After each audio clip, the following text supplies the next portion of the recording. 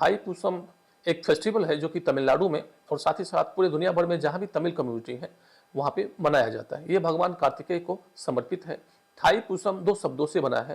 Thai Thai का मतलब तमिल भाषा में पूस का महीना या पौष, और पूसम जो है वो नक्षत्र है, इसी वजह से इसका नाम पड़ता है थाई पूसम। ये जनवरी फरवरी में वहाँ पे तमिलनाडु में मनाया जाता है। स्कंद पुराण में इसकी बहुत ही इंटरेस्टिंग स्टोरी मिलती है। स्कंद पुराण के अनुसार 3 असुर सूरपद्मन, तारकासुरन और सिंह मुखम ने भगवान शिव को प्रसन्न करके उनसे वरदान मांग लिया और उन्होंने उनको प्रसन्न होकर के वरदान दे भी दिया। फिर वे बहुत शक्तिशाली हो गए और देवताओं और मनुष्यों पे बहुत अत्याचार करने लग गए और सभी देवता जो है इससे परेशान होकर भगवान शिव के पास गए। भगवान शिव ने तुरंत ही अपना 5 मुख प्रकट किया। उन्होंने एक मुख उनका पहले से था तो टोटल हो गए 6 मुख भगवान शंकर के, 6 सिर हो गए और सारे सिरों से अग्नि की कहते हैं कि तेज ज्वाला निकली और वो अग्नि की ज्वाला जो है सो गंगा नदी में समा गई। ज्वाला इतनी तेज थी कि गंगा नदी भाप बनने लगी और तेजी से विलुप्त होने लग गई। इससे क्या हुआ कि माता गंगा ने जल्दी से अपने अंदर के ताप को उन्होंने निकाला और श्रवण झील के किनारे उन्होंने उसको रख दिया। वहां पर में ये 6 अग्निपुंज अलग अलग बच्चे का रूप उन्होंने ले लिया, ये अग्निपुंज, और वहां पर में 6 कृतिका कहते हैं वास करते थे। शिवा, संभूति, प्रीति, सन्नति, अनुसुईया और क्षमा। इन सभी 6 कृतिकाओं ने मिल करके उनका पालन पोषण किया। बाद में इन 6 अलग अलग बच्चों को माता पार्वती ने एक ही शरीर में डाल दिया और इसी से 6 सिरों वाला एक मुरुगन देवता का जन्म हुआ। मुरुगन यानी कि भगवान कार्तिकेय, तमिलनाडु में उनको मुरुगन कहते हैं। माता पार्वती ने मुरुगन को एक वेल भी दिया। वेल का मतलब बंशी, भाला। मुरुगन ने वीरबाहु को साथ लिया और जब वो बड़े हुए तो उन्होंने वीरबाहु को साथ लिया जो उनके सेना के सेनापति थे, कमांडर इन चीफ। साथ ही साथ 8 और सेना प्रमुखों को उन्होंने साथ ले लिया। ये 9 सेनापति उस समय प्रकट हुए थे जबकि भगवान शिव के सिर से जब अग्नि की भीषण ज्वाला निकली थी, उस ज्वाले की तेज से माता वहां से जाने लगी। मां पार्वती इसको बर्दाश्त नहीं कर पा रही थी तेज को, तभी उनके पांव के पाजेब के 9 टुकड़े वहां पे गिर गए, जिससे इन सभी 9 सेनापतियों का जन्म हुआ। सूरपद्म युद्ध में हार सुनिश्चित देख करके एक बहुत बड़ा आम का पेड़ का रूप धारण कर लिया। मुरुगन ने इस बात को जान लिया और उन्होंने अपने भेल से उस आम के पेड़ के 2 टुकड़े कर दिए।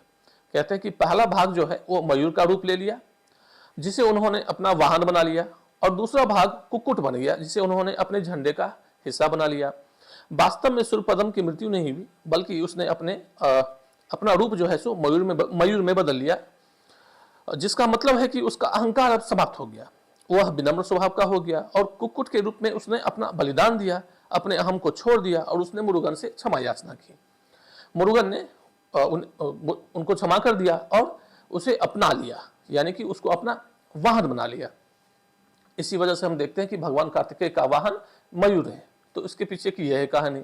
अब एक दूसरी कहानी जो मिलती है कि भगवान शिव ने ऋषि अगस्त को हिमालय पर बुलाकर उनसे कहा कि शिवगिरी और शक्तिगिरी जो हिमालय पर्वत में कैलाश पर्वत का ही हिस्सा था, उसको उन्होंने कहा कि आप इसे दक्षिण की तरफ ले जाएं, जिससे कि दक्षिण दिशा में भी लोग जो है सो इसको कैलाश पर्वत की तरह जो है सो पवित्र मान के इसकी पूजा करें।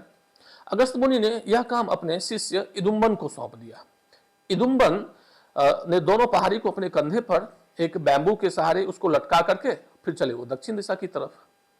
चलते चलते चलते चलते वो जब साउथ इंडिया में तमिलनाडु के पास पहुंचे तो वहां पर में काफी लंबी दूरी और थकान की वजह से उन्होंने सोचा कि कुछ देर के लिए हम आराम कर लें। इसी वजह से उन्होंने वहां पे जो है सो दोनों पहाड़ियों को नीचे रख करके कुछ देर सुस्ताने लगे, आराम करने लग गए। पलानी के पास जो कि तमिलनाडु के डिंडुगुल डिस्ट्रिक्ट में आता है, उधर देवर्षि नारद ज्ञान फल लेकर के कैलाश पहुंचे और भगवान शिव को उन्होंने यह ज्ञान फल दिया। उन्होंने ये ज्ञान फल अपने दोनों पुत्र गणेश और भगवान कार्तिकेय को बराबर बराबर देने का विचार किया, लेकिन देवर्षि नारद ने उन्हें टोका कि प्रभु यह तो ज्ञान फल है, ज्ञान अपने आप में संपूर्ण होता है और इसी वजह से इसको टुकड़ों में नहीं बांटा जा सकता, बल्कि संपूर्ण फल किसी एक को ही दिया जा सकता है, कोई एक ही इसे खा सकता है। अब भगवान शिव ने एक तरकीब निकाली और अपने दोनों पुत्रों से कहा कि ठीक है, जो ब्रह्मांड का चक्कर लगाकर पहले आ जाएगा उसे ज्ञान फल मिलेगा। भगवान गणेश ने भगवान शिव में और माता पार्वती में ही पूरे ब्रह्मांड को देखा और उनकी प्रदक्षिणा करके उन्होंने कहा कि ठीक है, मैंने ब्रह्मांड की यात्रा पूरी कर ली। और उधर भगवान कार्तिकेय अपने मयूर पर में बैठ करके वो चले ब्रह्मांड का जो है सो प्रदक्षिणा करने के लिए। जब वो वापस आए तो उन्होंने देखा कि भगवान गणेश तो वहाँ पे पहले से ही मौजूद है। जब उनको सारी चीज़ें पता चली और तो इस वजह से उनको जो है सो काफ़ी क्रोध आया और क्रोध में आकर के वो कहते कि यहीं पर में तमिलनाडु वो आ गए। उनको काफ़ी मनाने की कोशिश की गई लेकिन वो नहीं आए और बुद्धि फल जो है या ज्ञान फल भगवान गणेश को मिल गया। इस वजह से हम उनको बुद्धि का देवता भी कहते हैं।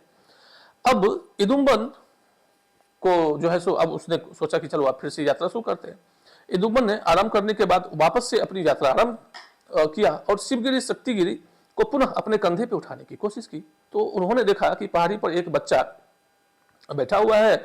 उन्होंने उस बच्चे से कहा कि तुम नीचे उतरो। उसने उतरने से मना कर दिया। अब दोनों में युद्ध आरंभ हो गया और इदुम्बन की इससे पराजय हुई। इस युद्ध में इदुम्बन ने अपनी गलती का एहसास कर मुरुगन से क्षमा याचना मांगी और मुरुगन ने उन्हें क्षमा कर दिया और साथ ही साथ आशीर्वाद भी दिया कि इदुम्बन, इनफैक्ट इदुम्बन ने ही भगवान कार्तिकेय से यह आशीर्वाद मांगा कि इस रास्ते पे चल करके जो कोई भी जो है आप तक आएगा, एक मन में कुछ व्रत रख करके अनुष्ठान जो संपन्न करेगा, ये भार उठा करके जो इस मंदिर तक आएगा, उसकी आप अभिष्ट जो है सो उसको सिद्धि प्रदान करें। तो भगवान कार्तिकेय ने कहा कि ठीक है, हम उसको अभिष्ट सिद्धि प्रदान करेंगे।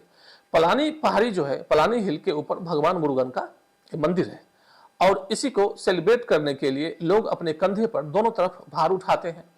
घड़े में दूध, फल, मधु आदि रखकर कंधे से झूल रहे कवारी पर लटकाकर पलानी पहाड़ी तक की यात्रा तय करते हैं। वो इसको हम कहते हैं कबाडी अट्टम। कबाडी अट्टम जो है, कबाडी तमिल भाषा का शब्द है जिसका मतलब होता है बर्डन, भार।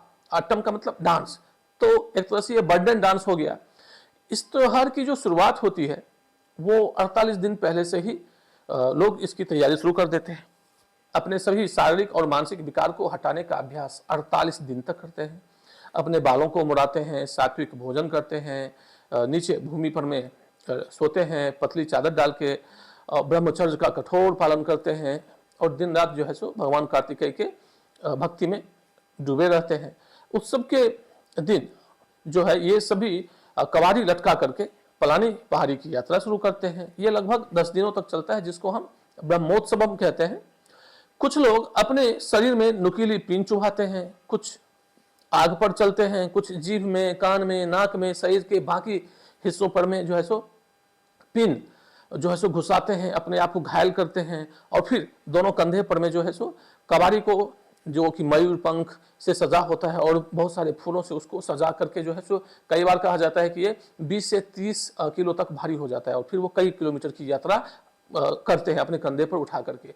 और फिर रास्ते में चलते हुए वे चूंकि बहुत कष्ट में होते हैं तो भगवान कार्तिकेय का असमान करते रहते हैं कि भगवान जो है सो उनको इस कष्ट से मुक्ति दिलाएं। बिल्कुल ही भाव विभोर होकर के पूरी तरह से भगवान की याद में वो खोस आ जाते हैं कि हम बहुत दुख में हैं, हमें भगवान आशीर्वाद दें, हमें बचाएं। तो इसका ये पर्पस है। इसी वजह से कहते हैं कि वे अपने आप को बहुत कष्ट और पीड़ा देते हैं। कई बार वे खुद को कोड़े से मारते हुए जाते हैं या दूसरे को कहते हैं कि उनको कोड़ा मारे, जैसे कि जितना उनको दर्द होगा उतना ही ज्यादा जो है भगवान कार्तिकेय उन पर में प्रसन्न होंगे। भगवान कार्तिकेय को साउथ इंडिया में, तमिलनाडु में कार्तिकेय, स्कंद, सुब्रमण्यम और संमुखम के नाम से भी जाना जाता है। यह उत्सव Tamil Nadu, Sri Lanka, Malaysia, Fiji, Mauritius, Singapore, Canada, US, UK, Germany, France, Italy, south Africa और इंडोनेशिया में जहाँ जहाँ पे तमिल समुदाय रहते हैं वहाँ पे धूमधाम से इसको मनाया जाता है। मलेशिया में कहते हैं कि ये सबसे अच्छे तरीके से मनाया जाता है, सबसे ज़्यादा धूमधाम से। मलेशिया में एक राज्य है सेलांगोर और यहाँ पर एक जिला है गोम्बक। गोम्बक में चूने पत्थर की यानी कि लाइमस्टोन का एक माउंटेन है। यहाँ पर एक गुफा है, उसका नाम है बाटू केव या बाटू गुफा। बाटू का मतलब होता है पत्थर। यहाँ पर में 140 फीट ऊंचा मुरुगन की प्रतिमा है जिनके हाथों में भेल यानी कि उनका भाला है और यहाँ पर में उनकी धूमधाम से पूजा की जाती है। एक और फेस्टिवल जो है तमिलनाडु में जो चेट्टीनाड एरिया में मनाया जाता है। चेट्टीनाड बेसिकली जो तमिलनाडु का शिवगंगा डिस्ट्रिक्ट है और पुदुकोट्टई जिला है, ये चेट्टीनाड में आता है। यहाँ पे छोटे मोटे जो 76 टाउन है, कस्बा है, वहाँ से लोग इकट्ठे होकर के कबाड़ी को धारण करते हैं। पहले कबाड़ी की पूजा करेंगे, क्योंकि कबाड़ी को माना जाता है कि वो भगवान मुरुगन उसमें वास करते हैं। तो ये जो कबाड़ी है उसको धारण करने के उपरांत पहले नहाएंगे सुनाएंगे, फिर वो चलेंगे पलानी मंदिर की तरफ मुरुगन भगवान के दर्शन करने के लिए। जब ये कबाड़ी को ढोते हैं रास्ते में, अगर उनको कुछ दैनिक क्रिया भी करना होता है तो उनको दैनिक क्रिया करने के बाद फिर से नहाना पड़ता है।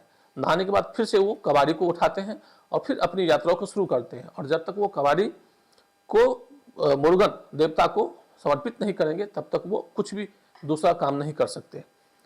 तो इस तरह से थाईपुसम और नगराथर कबाड़ी हम जिसको कहते हैं मनाते हैं। तमिलनाडु में भगवान कार्तिकेय के 6 इंपॉर्टेंट टेम्पल्स हैं, जहाँ पे अलग अलग फेस्टिवल अलग अलग टेम्पल्स हैं, जिसमें एक है थिरु परानकुंदरम जो कि मुरुगन मंदिर, जो कि मदुरई जिला में आता है। यहाँ भगवान मुरुगन ने कहते हैं कि देवसेना से विवाह किया था।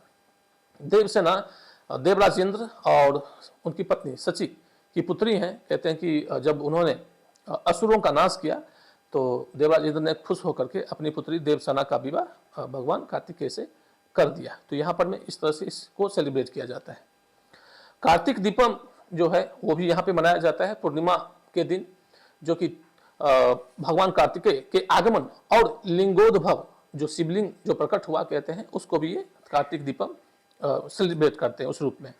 एक है अरुलमिगु सुब्रमण्यम स्वामी मंदिर तिरुचेंदुर, ये थुथुकुडी जिला में आता है तमिलनाडु में। यहाँ वैकासी या वैसाखी फेस्टिवल, सूर संहारम, चूंकि उन्होंने असुरों का नाश किया, अवनी और मासी फेस्टिवल मनाया जाता है। पलानी जो डिंडीगुल जिला में है, यहाँ पर में थाईपुसम बहुत धूमधाम से मनाया जाता है। यहाँ पे धन दंड्य पानी स्वामी टेम्पल है। स्वामीनाथ स्वामी टेम्पल जो कि कुंभकोणम थंजावुर जिले में है। 5वां है सुब्रमण्यम स्वामी टेम्पल और मुरुगन टेम्पल, ये तिरुतानी तिरुवल्लूर जिला में है। और एक है अरुलमिगु सोलई मलई मुरुगन मंदिर जो कि मदुरई में है। तो ये 6 मंदिर जो है 6 टेम्पल्स भगवान मुरुगन के एबोर्ड या उनके टेम्पल वास स्थान माने जाते हैं। यहाँ पे जैसे कि हमने कहा कि सूर संहारम, थाईपुसम, कार्तिक दीपम, फागुन, वैसाख और वैसाखी और महाशिवरात्रि जैसा फेस्टिवल धूमधाम से मनाया जाता है। पानगुनी उथिरम जिसको कि हम फागुन के महीने में मनाया जाता है, मार्च अप्रैल के महीने में, इसमें भगवान शिव और पार्वती का विवाह, भगवान राम का सीता से विवाह और मुरुगन और देवसेना का विवाह। भगवान विष्णु को तमिलनाडु में श्री रंगनाथ स्वामी के नाम से जाना जाता है। तो भगवान रंगनाथ स्वामी और अंदाल भगवान भगवती लक्ष्मी का रूप मानी जाती है, तो उनका विवाह, इन सबको सेलिब्रेट किया जाता है। इसके अलावा अयप्पन जो है भगवान शिव और मोहिनी के पुत्र, जिनको कि हम धर्मशष्ट और मणिकंदन कहते हैं, उनका भी प्रादुर्भाव और उनसे भी जुड़ा हुआ फेस्टिवल यहाँ पे मनाया जाता है। लक्ष्मी जी कहते हैं इसी दिन क्षीर सागर से प्रकट हुई और इसमें गृहस्थ आश्रम की महिमा को सेलिब्रेट किया गया है। तो यह है पानगुनी उथिरम जो कि मार्च अप्रैल या फागुन के महीने में मनाया जाता है। तो यह है तमिलनाडु में मनाया जाने वाला थाईपुसम और भगवान कार्तिकेय से जुड़े हुए महत्वपूर्ण मंदिर और उनसे जुड़े हुए फेस्टिवल्स।